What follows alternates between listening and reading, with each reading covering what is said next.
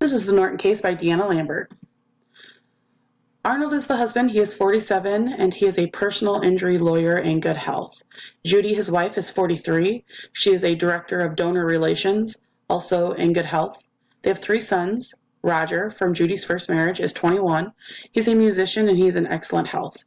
Jeffrey is their 13-year-old son. He is a student, also in excellent health, and they have a 5-year-old son named Mark, who is in fair condition. These are the assumptions about the inflation rates over the next couple of years, everything from long-term inflation, education, medical costs, the mortgages for 30-year and 15-year, CD rates, treasury notes, etc. Their client goals, they want to look at long-term care plans for Mark. He's going to need care for the rest of his life. Arnold would like to retire at 65. They'd like to go ahead and fund Jeffrey's education for 4 years of school plus an extra 2 in case he goes for his master's. They'd like to do $175,000 annually for retirement living, looking at minimizing their estate and gift taxes.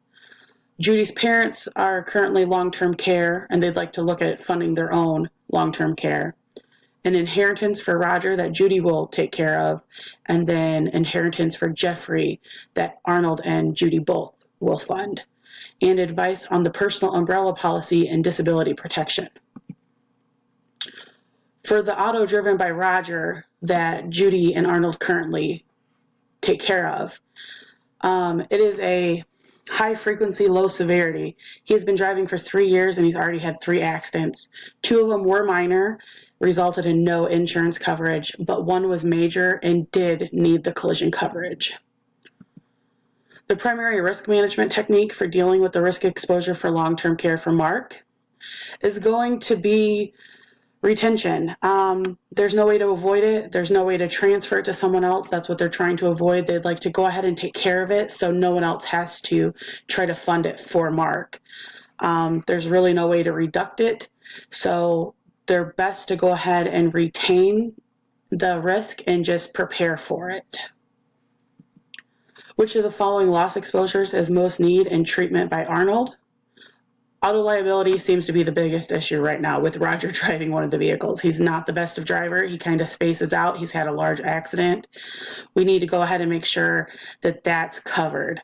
Otherwise, Arnold's health is good. He doesn't need to worry about that right now. Real property seems to be covered 100% by the insurance. Business liability seems stable, with some of the shareholders being older and then the majority of them being younger. So he doesn't need to worry about that. When Roger moves to an apartment, which of the following will be the most important for his attention? Currently, unemployment. He's going to have employment and income to go ahead and take care of anything else. So disability is something to consider, but he's 21, so it's really not a priority.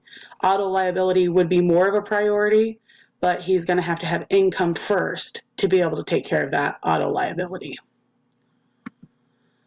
Which of the following recommendations are appropriate for the property, casualty, and liability insurance planning needs of the Nortons? I would suggest adding a scheduled personal property endorsement for the jewelry and musical instruments, and increase the liability limits and the PAP for all 3 cars. I would not recommend under any circumstance dropping the collision coverage, especially with Roger still in the home and still driving one of the vehicles.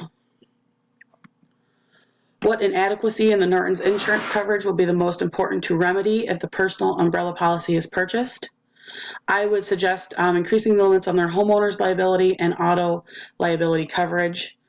Again, with the auto, with Roger being in the home, 3 accidents in 3 years, that's kind of high risk. I would not suggest raising the deductibles unless they can set aside money in case something happens. Once you raise that deductible, it's harder to come up with a $1,000 deductible than it is a $500 deductible. Approximately what amount will the Norton's medical insurance pay them for their medical expenses?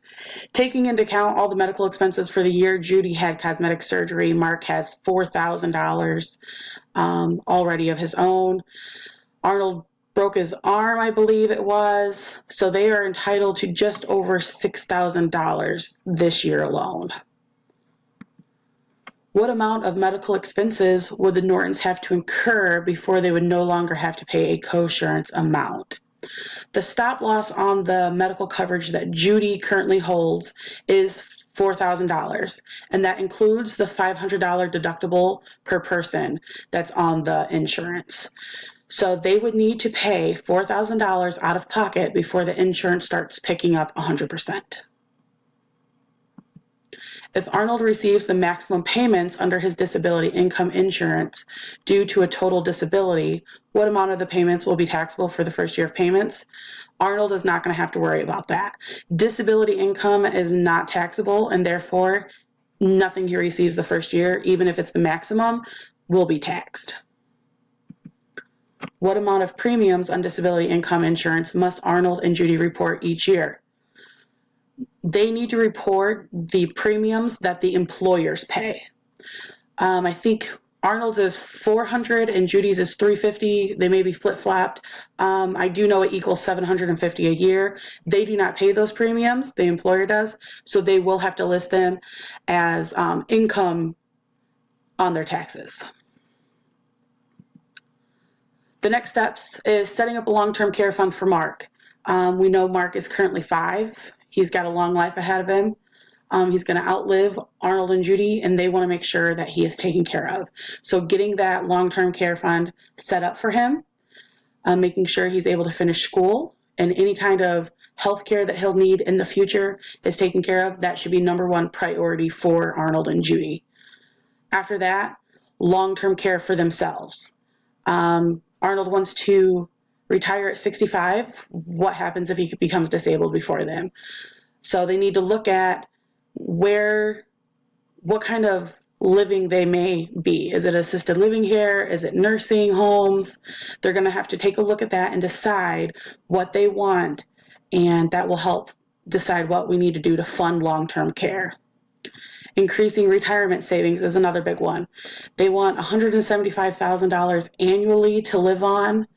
That has to be funded. And so they're going to want to increase their retirement savings to make sure that money is there in the long run. We want to increase those limits on car insurance until Roger moves out. He does not have a good driving record. So until he moves out, keep on the car insurance so it's covered in case he has another accident. In case he does damage to someone else's car, we know that the cars can get fixed. And do not drop collision. That is a huge one. Even if Roger was not there, I would not recommend dropping collision coverage, because as soon as you do, the very next day you're going to have an accident. So do not drop collision coverage.